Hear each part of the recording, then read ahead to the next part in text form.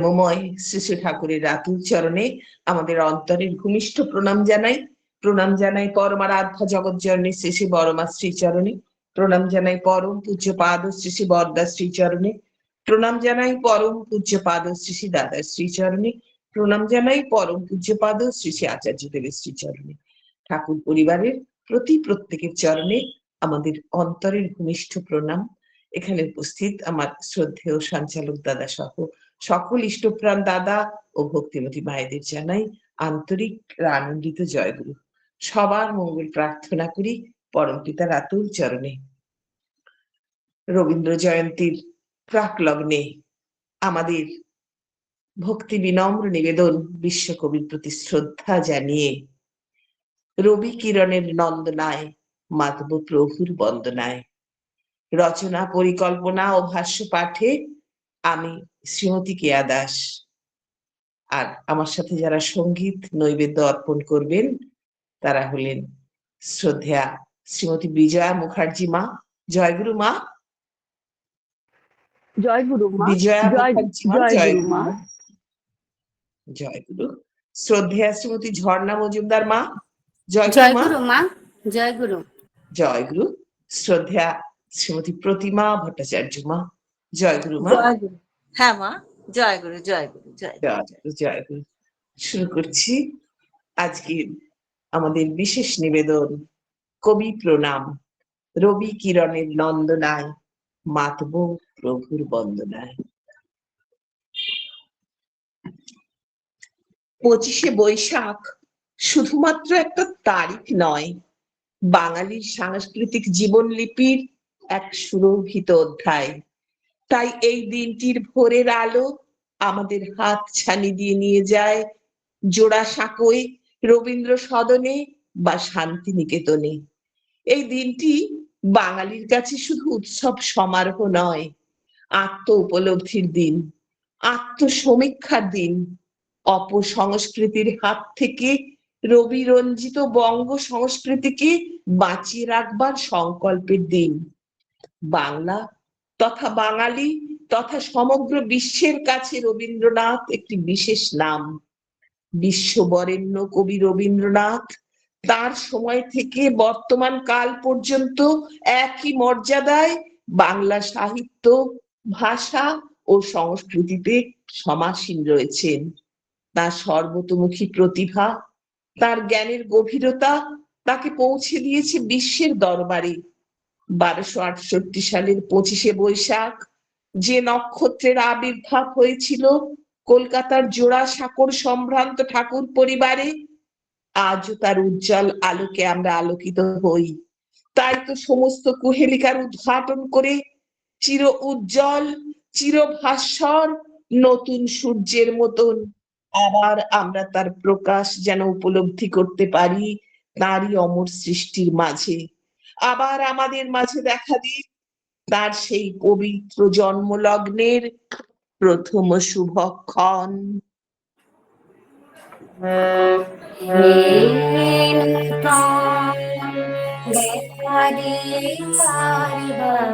জন্মের প্রথম শুভ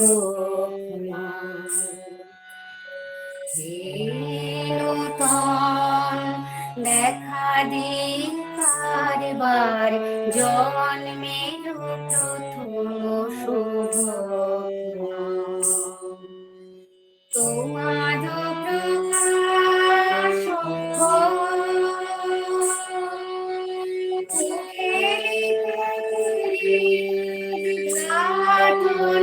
সূর্যের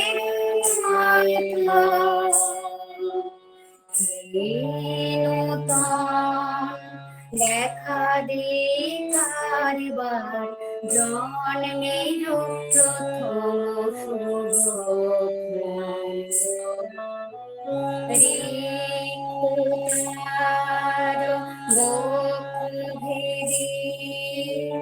আপনারে করো দেখতো জীবনের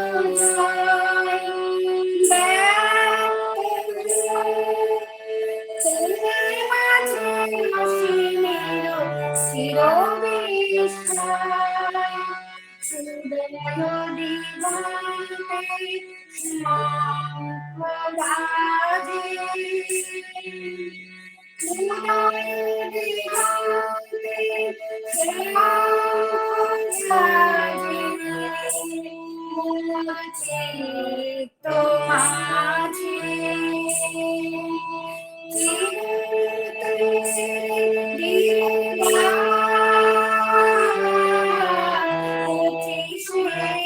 বৈশাখ হে নূতন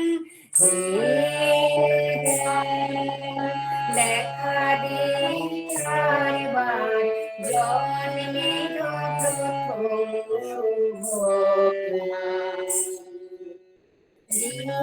প্রথম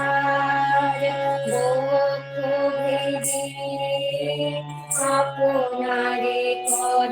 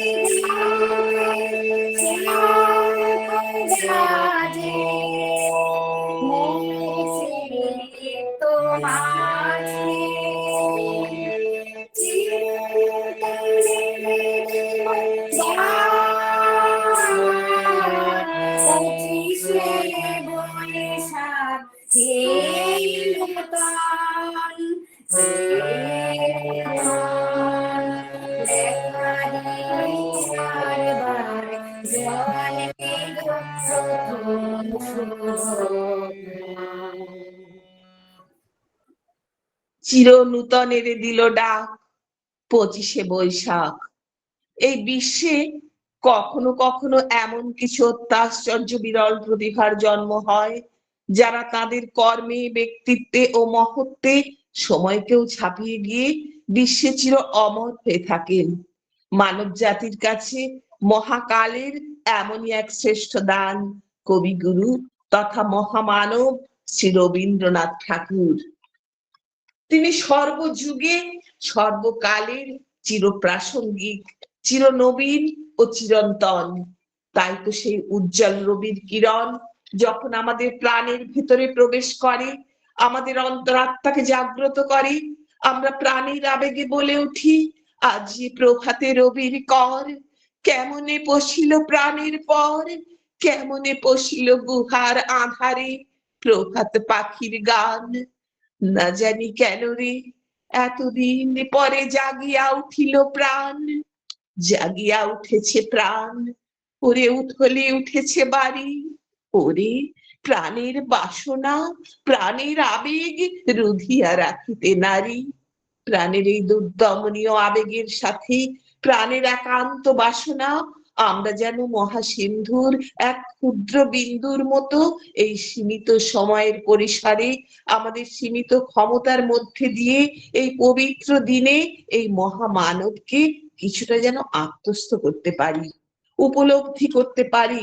জীবদ্দশায় তার অসামান্য মেধায় এবং অকৃত্রিম মহামানবিক দানে তিনি পূর্ণ করে দিয়েছেন এই পৃথিবীর সাংস্কৃতিক তথা সামাজিক চিন্তা জগৎকে। নিজের অনন্য শাশ্বত চিন্তাধারায় তিনি ছাপিয়ে গিয়েছেন জাতি, দেশ, কালের সকল গণ্ডি। এই মহামুনির জীবনের মহাযজ্ঞকে কোনো একটা নির্দিষ্ট সংজ্ঞায় সংজ্ঞায়িত করা যায় না। আমরা সকলে আজকের এই আনন্দ যজ্ঞের অংশীদার হয়ে যেন আমাদের মানব জীবনকে ধন্য করে তুলতে পারি, সার্থক করে তুলতে পারি, আর প্রাণের সুরে গেয়ে উঠতে পারি, জগতে আনন্দ যজ্ঞে আমার নিমন্ত্রণ।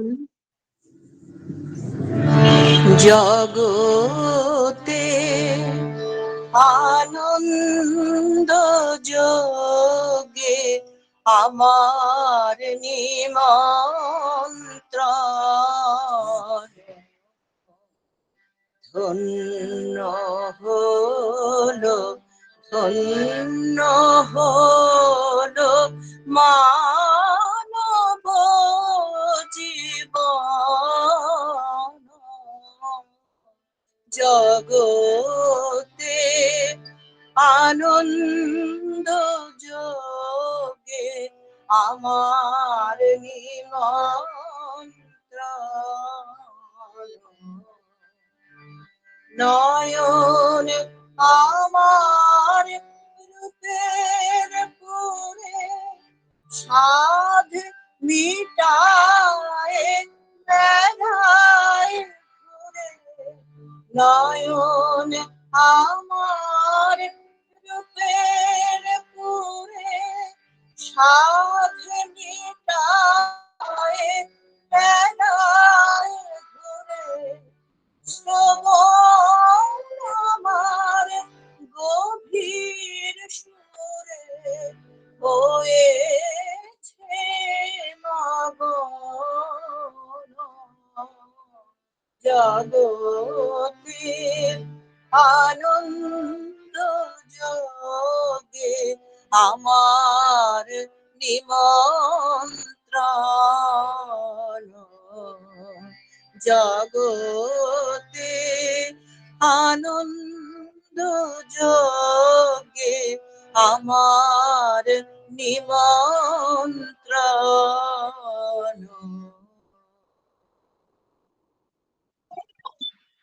রবীন্দ্রনাথ ছিলেন সত্য, শিব ও সুন্দরের পূজারী। সত্য, শিব ও সুন্দরের মধ্যে তিনি দেখেছেন নিজ সত্তাকে, সমাজ সত্তাকে ও বিশ্ব সত্তাকে। তাই তার কাব্য বীণায় জীবনের সব সুরই ধ্বনিত হয়েছিল।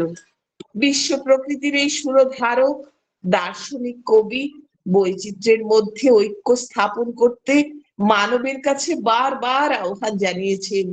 তিনি স্বপ্ন দেখেছিলেন স্বার্থহীন কর্মশক্তির অনুপ্রেরণায় নতুন এক মানব জাতির জন্ম হবে। মহাপ্রলয়ের পরে বৈরাগ্যের মেঘমুক্ত আকাশে ইতিহাসের একটি নির্মল আত্মপ্রকাশ হয়তো আরম্ভ হবে। কবি স্বপ্ন দেখেছিলেন নতুন সূর্যের উজ্জ্বল আলোকে সংকীর্ণতার সকল গণ্ডি পেরিয়ে নবদিগন্তের উন্মোচনে জাতি, ধর্ম, বর্ণ নির্বিশেষে সকলে মিলিত হবে মহামানবের মিলন তীর্থে। এসো হে আর্য, এসো অনার্য, হিন্দু মুসলমান, এসো এসো আজ তুমি ইংরাজ, এসো এসো খ্রিস্টান, এসো ব্রাহ্মণ, সূচি করি মন, ধরো হাত সবাকার, এসো হে পতিত, হোক অপনীত সব অপমান ভার। মার অভিষেকে এসো এসো তরা, মঙ্গল ঘট হয় নিজে ভরা, সবার পরশে পবিত্র করা তীর্থ নীরে, আজি ভারতের মহামানবের সাগর তীরে। হে মোর চিত্ত, হে মোর চিত্ত পূর্ণ তীর্থ জাগরে ধীরে। এই ভারতের মহামানবের সাগর তীরে জাগরে ধীরে।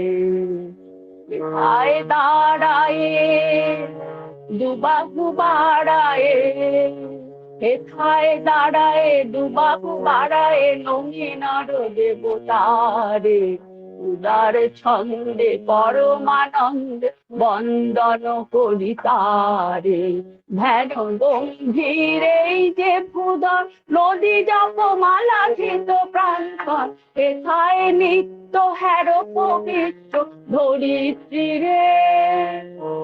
এই ভারতের মহামানবের সাগর তীরে জাগরে ধীরে। হে মোর চিত্ত, হে মোর চিত্ত পূর্ণ তীর্থ জাগরে ধীরে। এই ভারতের মহানবের সাগর তীরে জাগরে ধীরে। শ্রী শ্রী ঠাকুরের ভক্ত পার্ষদ ঋত্বিকা আচার্য কৃষ্ণপ্রসন্ন ভট্টাচার্য একবার শ্রী শ্রী ঠাকুরের শ্রীহস্ত লিখিত সত্যানুসরণ গ্রন্থখানি নিয়ে কবিগুরু রবীন্দ্রনাথ ঠাকুরের সঙ্গে সাক্ষাৎ করেছিলেন। রবীন্দ্রনাথ ঠাকুর বইটির কিছুটা অংশ পাঠ করেই জানতে চাইলেন লেখকের বয়স কত। ঋত্বিক আচার্য তদুত্তরে বলেছিলেন, আগে বয়স বেশি নয়, সবেমাত্র যৌবনে পদার্পণ করেছেন। পুস্তকটির আরো কিছুটা অংশ পড়েই কবিগুরু আবার জিজ্ঞাসা করলেন, কত বয়স বললে? একই উত্তরের পুনরাবৃত্তি করেন ঋত্বিক আচার্য। আরো কিছু অংশ পাঠ করে কবিগুরুর আবার সেই একই প্রশ্ন, কত বয়স বললে যেন?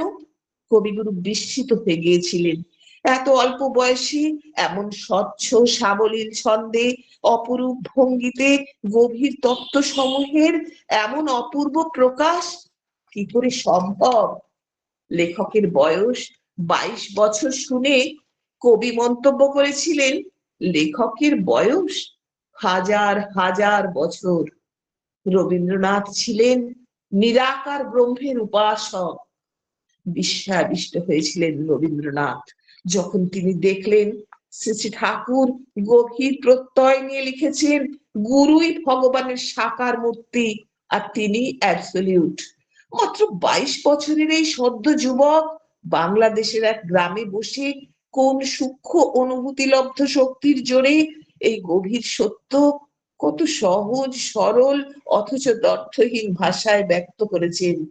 বিস্ময়াভিভূত বিশ্বকবি বলে উঠেছিলেন, as I turn over the pages of the works of this mastermind, I am amazed to notice the extent, the depth of love and learning.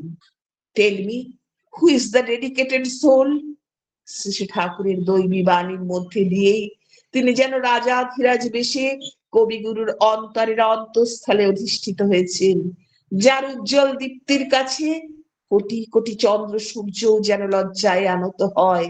তাই তো কবি গাইলেন, মহারাজ একই সাজে এলে হৃদয় পুরো মাঝে। মহারাজ একই সাজে এলে হৃদয় পুরো মাঝে, চরণ তলে কোটি শশী সূর্য মারে লাজে। মহারাজ একই সাজে এলে হৃদয় পুরো মাঝে, চরণ তলে কোটি শশী সূর্য মারে লাজে। মহারাজ একই সাজে গর্ব সব টুটিয়া মূর্ছি পরে লুটিয়া, গর্ব সব টুটিয়া মূর্ছি পরে লুটিয়া, সকল মম দেহ মন বীণা সমবাজে। মহারাজ একই সাজে এলে হৃদয় পুরো মাঝে, চরণ তলে কোটি শশী সূর্য মারে লাজে। মহারাজ একই সাজে। কবিগুরুর লেখায় মুগ্ধ হয়ে পরম দয়াল বলেছিলেন, বোধ না থাকলে এমনতর লেখা বেরোয় না। তার যে আলো, সে আলো অখণ্ড, আধার বা ছায়া দিয়ে বাড়িত বা ব্যাহত হয় না তা। সে আলো ছায়া সৃষ্টি করে না, সৃষ্টি করে কায়া। প্রকৃত জ্ঞান কখনো আলেয়ার সৃষ্টি করে না, তা বাস্তবায়িত হয় নব নব রূপে, নব নব রচনায়।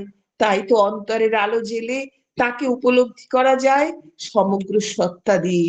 আর মন তখনই আনন্দে গেয়ে ওঠে, চোখের আলোয় দেখেছিলেন চোখের বাহিরে। চোখের আলোয় দেখিয়েছিলে চোখের বাহিরে, অন্তরে আজ দেখব যখন আলো নাহে।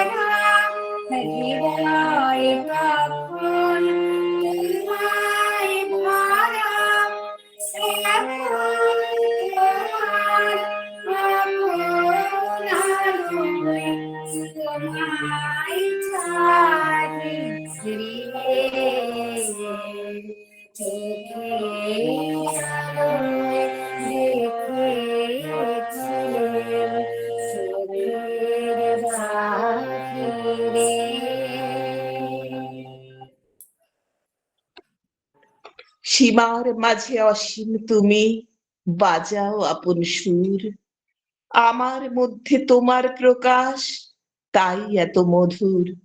কত বর্ণে, কত গন্ধে, কত গানে, কত ছন্দে, অরূপ তোমার রূপের লীলায় জাগে হৃদয়পুর।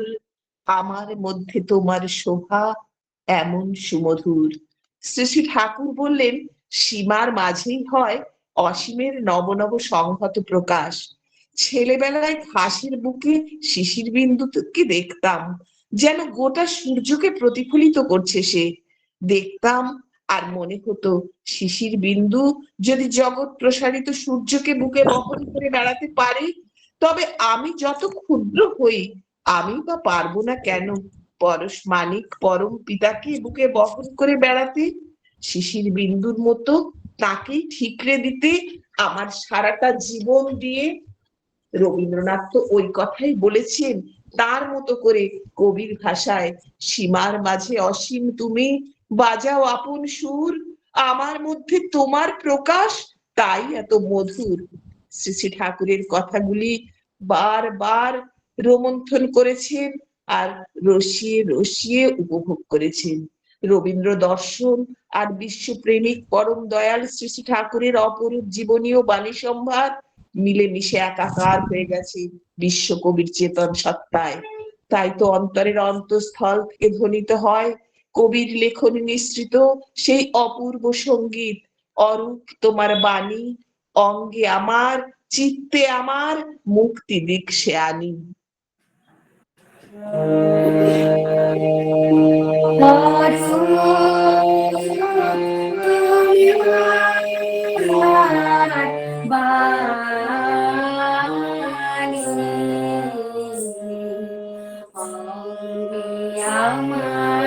চিত্তে আমার মুক্তি দিচ্ছে রানী,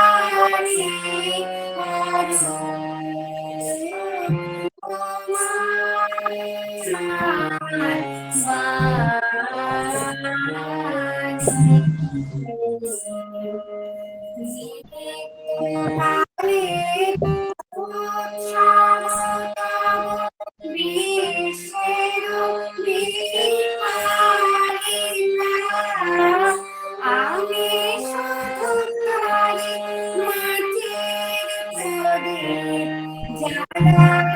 তাই মাটির বানহীন ফলকদীপ্ত তোমার ইচ্ছা খানি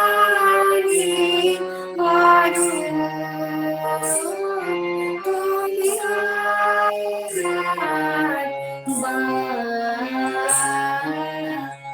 তুমি রবীন্দ্রনাথের কৈশোরকাল বা প্রাক যৌবনে তিনি পেয়েছিলেন শ্রী শ্রী ঠাকুরের পূর্ববর্তী অবতার পুরুষ ঠাকুর রামকৃষ্ণ পরমহংস দেবকে, আর জীবন সায়ান্নে পেয়েছিলেন শ্রী শ্রী ঠাকুর অনুকূল চন্দ্রকে। মনে হয় যেন দুটি নদীর এপার ওপার তাদের মিলন ঘটাতে দেয়নি। একদিকে গঙ্গার এপারে বসবাস করেছেন রবীন্দ্রনাথ, ওপারে ঠাকুর রামকৃষ্ণ দেব, মধ্যে সামান্য একটু নদীর বাধা। ঠিক একইভাবে পদ্মা নদীর এক পারে পাবনা জেলার হিমায়তপুরে ঠাকুর অনুকূল চন্দ্র, আর অন্য পারেই শিলাইদহে বসবাস করেছেন রবীন্দ্রনাথ। শুধু বাধা মাঝখানের ওই নদীটি, যা কোনোভাবেই অতিক্রম করা যায়নি। জীবদ্দশায় একবারই দেখা হয়েছিল রবীন্দ্রনাথ ঠাকুর ও শ্রীরামকৃষ্ণ দেবের। দিনটা ছিল 1883 সালের 2রা মে, বুধবার, চৈত্র মাসের কৃষ্ণা দশমী তিথি। 234 আচার্য প্রফুল্লচন্দ্র রোডে কাশীশ্বর মিত্রর বাড়িতে ছিল ব্রাহ্ম সমাজের বিংশ সাংবৎসরিক উৎসব। বিকেল 5টায় শ্রীরামকৃষ্ণ দেব, রাখাল মহারাজ ও অন্যান্য ভক্তবৃন্দ সমেত নিমন্ত্রিত হয়ে বিংশতম ব্রাহ্ম উৎসবে যোগদান করতে এসেছিলেন। আমন্ত্রিত হয়ে আসেন বিশ্ব কবিও। কবির বয়স তখন 22 কি 23 বছর, কিন্তু লিখে ফেলেছেন অনেক গান। আলোচনার পর ঠাকুরকে গান শোনান কবি, যে গানটি এই মিলনের 2-3 দিন আগে লেখা। হয়তো শ্রীরামকৃষ্ণের জন্যই তার লেখনী নিঃসৃত এই অপূর্ব গান, যা তিনি পরম যত্নে ঠাকুরকে শুনিয়েছিলেন। আমার মাথা নত করে দাও কে তোমার চরণ ধুলার তলে। আমার মাথা নত করে দাও হে তোমার চরণ ধুলার তলে।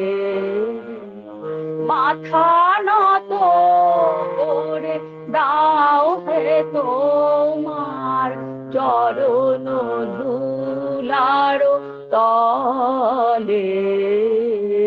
সকল অহংকার হে আমার ডুবাও চোখের জলে। আমার মাথা নত করে দাও হে তোমার চরণ ধুলার তলে। নিজের করিতে গৌরব দান, নিজের কে বলি করি অপমান। নিজের করিতে গৌরব দান, নিজের কে বলি করি অপমান। আপনারে শুধু ঘেরিয়া ঘেরিয়া, আপনারে শুধু ঘেরিয়া ঘেরিয়া ঘুরে মরি পলে পলে। মাথা নত করে দাও হে তোমার চরণ ধুলার তলে।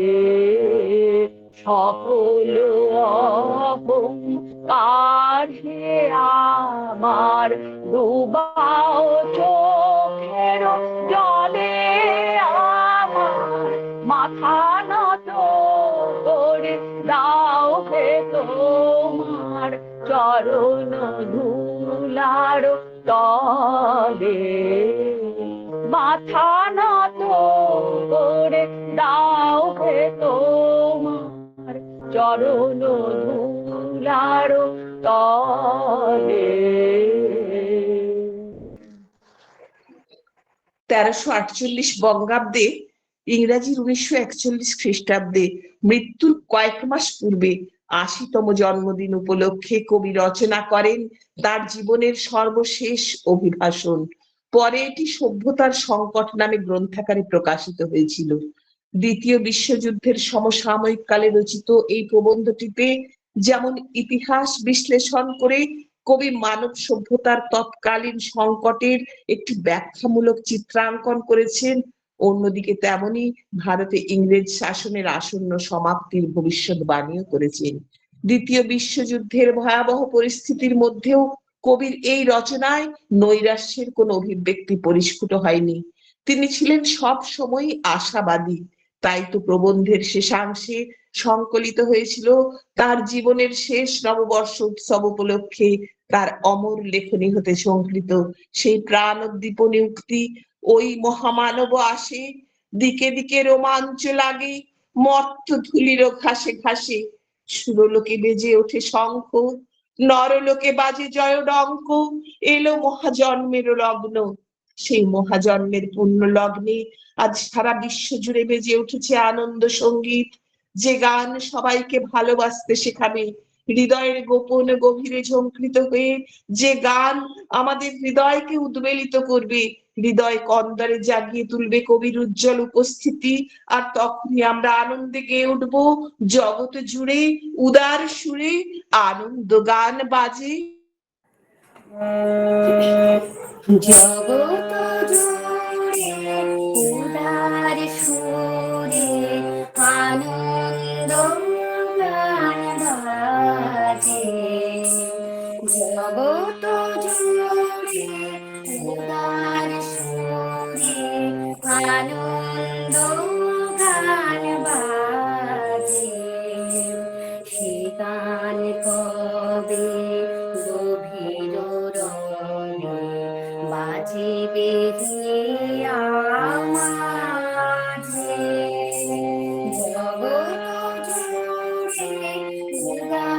সুরে আনন্দ গান বাজে বাতাস জল আকাশ আলো সবারই কবে বাসিব ভালো বাতাস জল আকাশ আলো সবারই কবে বাসিব ভালো হৃদয় সভা জুড়িয়া তারা বসিবে নানা সাজে হৃদয় সভা জুড়িয়া তারা বসিবে নানা সাজে জগত জুড়ে উদার সুরে আনন্দ গান বাজে। রবীন্দ্রনাথ তার অমর লেখনীর মাধ্যমে সমগ্র বিশ্ববাসীর হৃদয়ে চিরজাগ্রত হয়ে আছেন। তাকে কোনো ক্ষুদ্র গণ্ডির মধ্যে সীমাবদ্ধ করা যায় না। তিনি ছিলেন, তিনি আছেন, তিনি থাকবেন। যুগ যুগ ধরে তিনি একই মর্যাদায় চির উজ্জ্বল রবি হয়ে সাহিত্য ও সংস্কৃতির মধ্য গগনে আপন মহিমায় বিরাজ করবেন। তিনি শুধু নোবেল জয়ী নন, তিনি মানুষের অন্তরকে জয় করেছিলেন তার প্রতিভার দ্বারা। তাই আজ তার এই জন্মদিনের প্রাক লগ্নে পরম পিতার চরণে প্রণাম জানিয়ে ও বিশ্ব কবির উদ্দেশ্যে শ্রদ্ধা জানিয়ে বলি, আমার প্রার্থনা শোনো 25শে বৈশাখ, আর একবার জন্ম দাও রবীন্দ্রনাথের। হতাশায় স্তব্ধ বাক্য, ভাষা চাই আমরা নির্বাক, পাঠাবো মৈত্রীর বাণী সারা পৃথিবীকে জানি ফের। রবীন্দ্রনাথের কণ্ঠে আমাদের ভাষা যাবে শোনা, ভেঙে যাবে রুদ্ধশ্বাস, নিরুদ্যম সুদীর্ঘ মৌনতা। আমাদেরই দুঃখে সুখে ব্যক্ত হবে প্রত্যেক রচনা, পীড়নের প্রতিবাদে উচ্চারিত হবে সব কথা। আমাদের এই আকুল প্রার্থনা, আমরা যেন আবার নবরবি কিরণে উদ্ভাসিত হয়ে উঠতে পারি, নতুন প্রাণে নতুন রূপে তিনি যেন আবার আমাদের মধ্যে ফিরে আসেন। সমস্ত মৌনতার অবসানে আমরা যেন আবার মুখর হয়ে উঠতে পারি তার অমর সৃষ্টির মধ্যে দিয়ে। তিনি সবার অন্তরকে পরিপূর্ণ করেছেন। জ্ঞানের আলোয় আলোকিত হয়ে উঠুক আমাদের অন্তর। আমরা যেন আমাদের চেতনাকে উজ্জীবিত রেখে চলার পথের সকল বাধা দূর করে পরম প্রেমময়ের চরণ তলে আশ্রয় নিয়ে তারই প্রেমে ডুবে যেতে পারি, আর কবির কণ্ঠে কণ্ঠ মিলিয়ে গেয়ে উঠতে পারি, আমারও পরানো যাহা চাই তুমি তাই, তুমি তাই গো। আমারও পরানো যাহা চাই তুমি তাই, তুমি তাই গো। আমারও পরানো যাহা চাই তোমা ছাড়া আর এ জগতে মোর কেহ নাই, কিছু নাই গো। আমারও পরানো যাহা চাই তুমি সুখ যদি নাহি পাও, যাও সুখের সন্ধানে, যাও আমি তোমারে পেয়েছি হৃদয় মাঝে, আর কিছু নাহি চাই গো। আমার পরানো যাহা যাহা চাই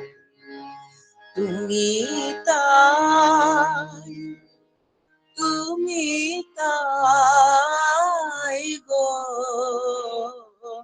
আমার পরাণ যাহা চাই আমার পরাণ যাহা চাই।